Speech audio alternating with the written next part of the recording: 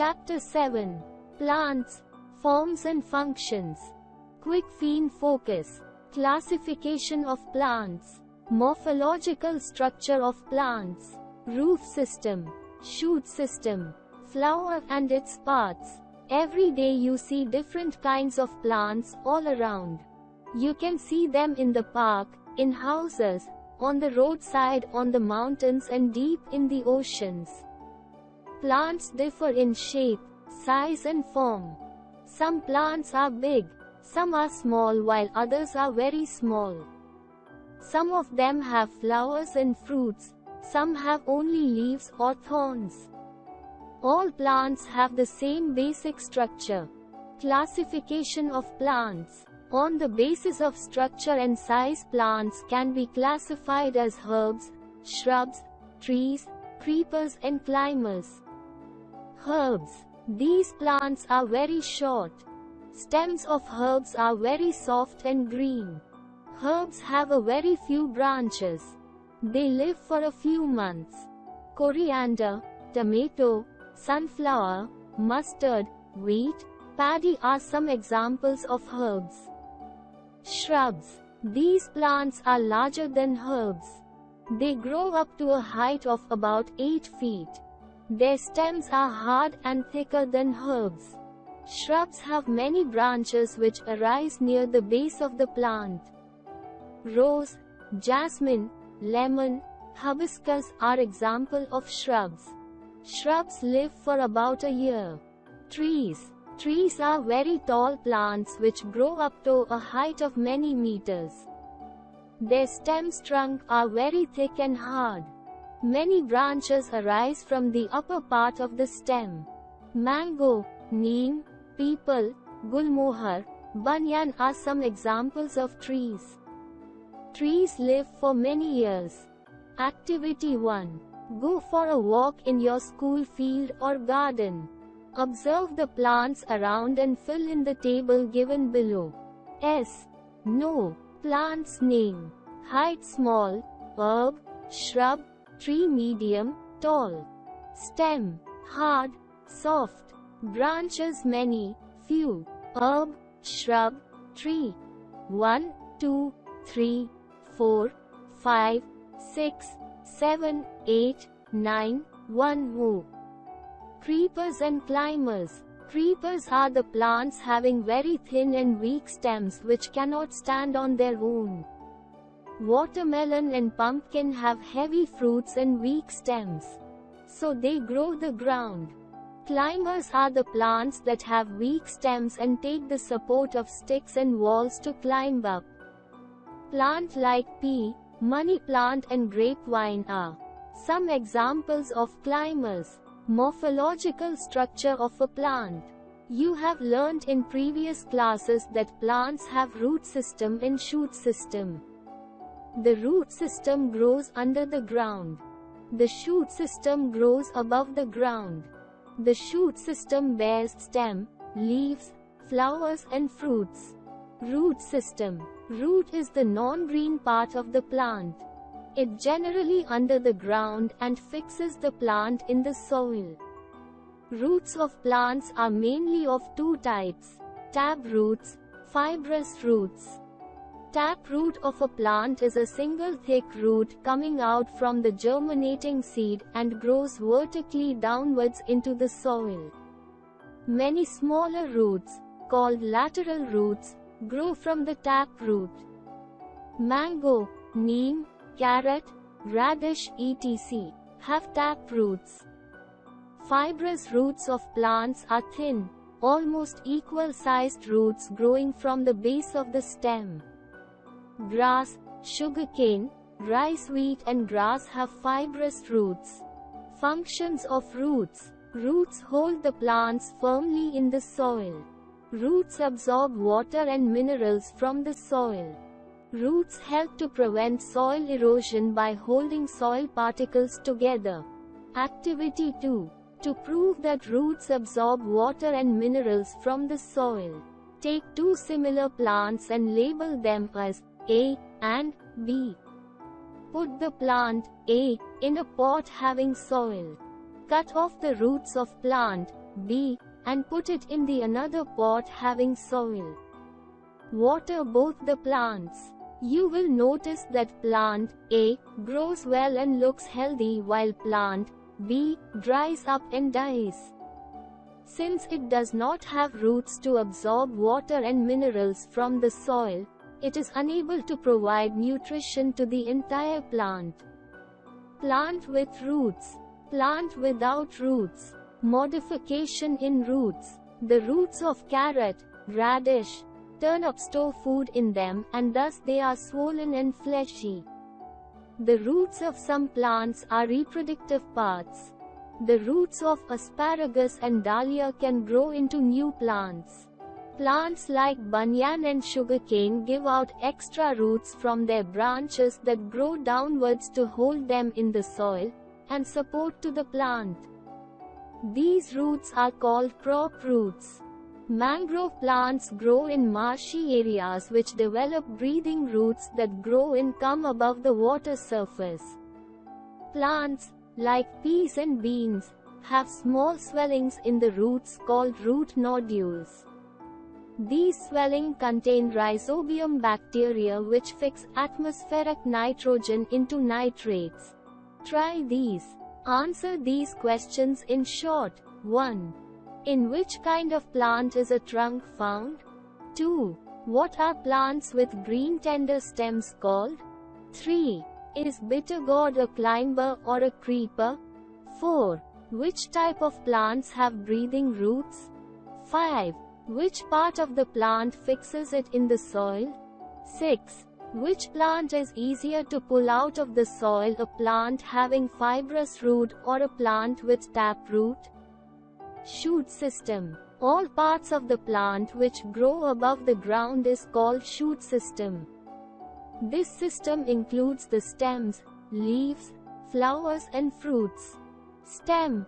It is the main axis of the shoot that bears branches, leaves, flowers, buds and fruits.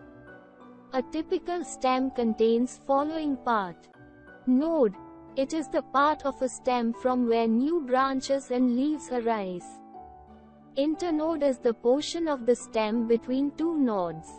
Apical.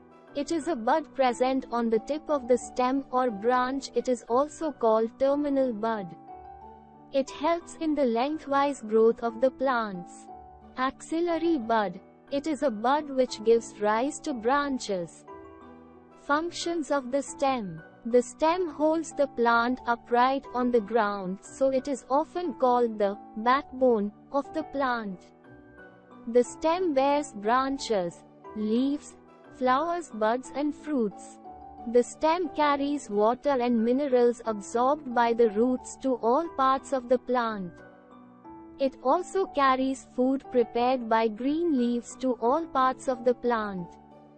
Activity 3. To show that stem conducts water blue. Take a glass of water and add 5 drops of red ink to it. Cut the roots of a tuberose plant that bears white flowers with a blade. Put this plant in the glass containing blue water and leave it undisturbed for 1 hour. Remove the stem from the water and cut it with a blade. You will see tiny blue spots in it. This proves that the stem transports water. You will notice that the white flowers also show some blue lines. Conduction of water through stem. Modifications of the stem. Stems of some plants like ginger and potato store food. Stems of some plants like cactus and open-shur that grow in the desert manufacture food in their green and fleshy stem. Some stems modify to thorns, like in bougainvillea and rose. This helps to protect the plants from being eaten by animals. Stems of some plants are modified into special structures called tendril that provide support for growth to the weak stems such as grapes and passion flower. Stem cuttings of plants like rose and hibiscus help to produce new plants. Leaf. Leaves of most of plants are flat and green, which arise from the nodes of a stem and its branches. Leaf of a plant has the following parts: Petiole. It is also called stalk that connects a leaf to the stem. Leaf blade. Midrib. It extends in the center of the leaf. You can see it in most of the leaves. Side veins.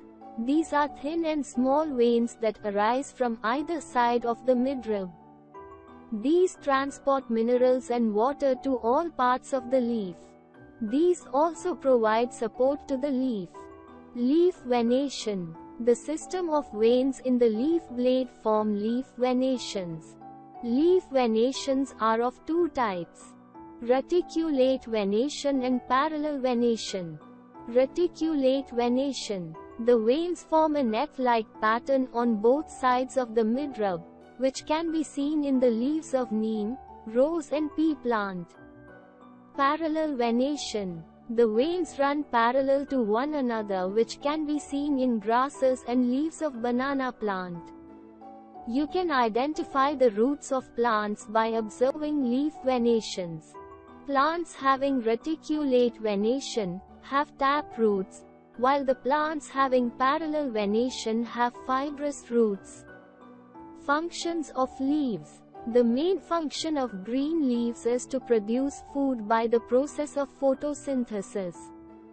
Photosynthesis is the process in which chlorophyll present in leaves traps sunlight for energy. The carbon dioxide and water present in leaves uses this solar energy to produce food in the form of glucose. Oxygen is released during this, which we breathe in process. Tiny pores called stomata that are present in the leaf. Exchange of gases takes place through.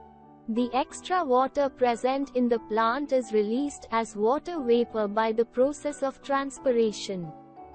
Transpiration, which helps in cooling the leaves and also helps water to move upwards from roots of the plant up to leaves.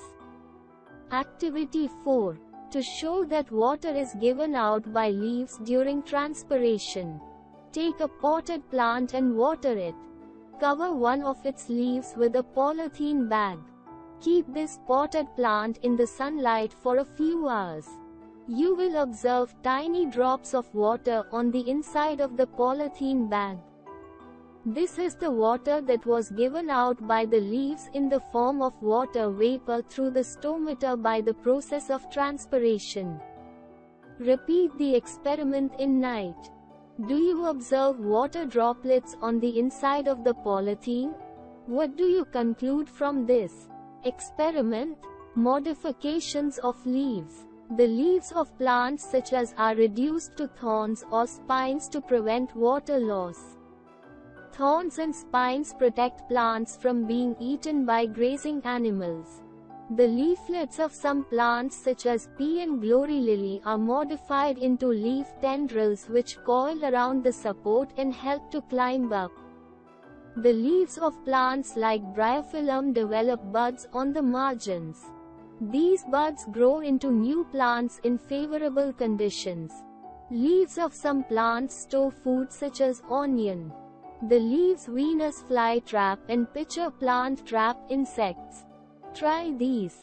Circle the word to make the sentences correct. 1. Plants with tap, fibrous roots have parallel venation. 2. Axillary, apical buds are present where leaves make an angle with the stem. 3. Bougainvillea, grape plant have stems that are modified to thorns. 4. The broad flat part of the leaf is called lamina, petiole. 5. The leaves of prickly pear, peas are reduced to spines. 6. The leaves, stems of Venus flytrap are modified to trap insects. Flower and its parts. Flower is the most beautiful. Flower is the reproductive part of most of plants. Flowers differ in size, shape and color. They are attached to the stem by a stalk called pedicel. Some flowers have sweet smell which attract insects for pollination. A flower generally has 4 parts. 1. Sepal. It is the green leaf-like structure at the base of the flower that protects the flower in its bud stage. It forms the outermost whorl of the flower. 2. Petals. These form bright-colored part of the flower which attract insects. Some petals are sweet-smelling. These form the second whorl. 3. Stamen. It is the male part of the flower which forms the third whorl. Stamens can vary in number. Each stamen consists of a thin, long filament with a bilobed head called anther.